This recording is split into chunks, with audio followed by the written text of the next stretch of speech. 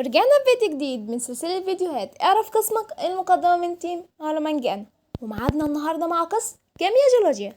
بيكون متاح لعلم علوم ورياضة، بس لازم تبقى ناجح جيولوجيا وكيمياء ترم أول وتاني.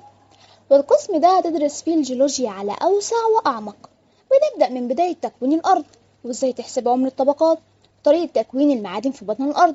بعدها بقى هتاخد الحفريات وعصورها والكائنات الحية اللي بتعيش فيها وطرق تكوين الجبال.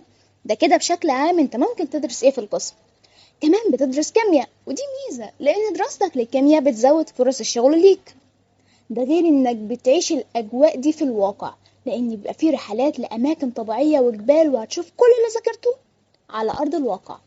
لا وكمان بتبقى اجباري علشان هي مادة عندك في تالتة ورابعة، يعني مش محتاج تقنعهم في البيت، لانك بكل بساطة تقدر تقول لهم انا لو ما روحتش الرحلة هسقط. شفت بقى حلاوة القسم. بالنسبة للأماكن اللي بتطلعوها، لو في تالتة بتبقى في البحر الأحمر، أما في رابعة بتبقى الواحات البحرية.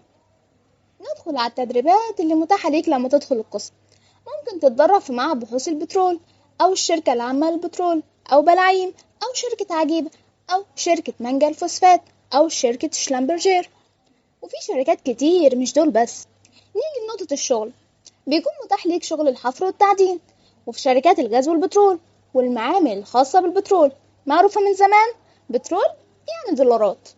وأي حاجة ليها علاقة بالتربة والمواد الكيميائية والمعادن والتحاليل وشركات الأدوية، وليلة كبيرة قوي سعادتك. وبكده نكون عرفناك تفاصيل قسم كيمياء جيولوجيا، واستنانا عزيزي العلمانجي هننزل بتفاصيل عن باقي الأقسام الفترة الجاية، ومش هنسيبك تحتار.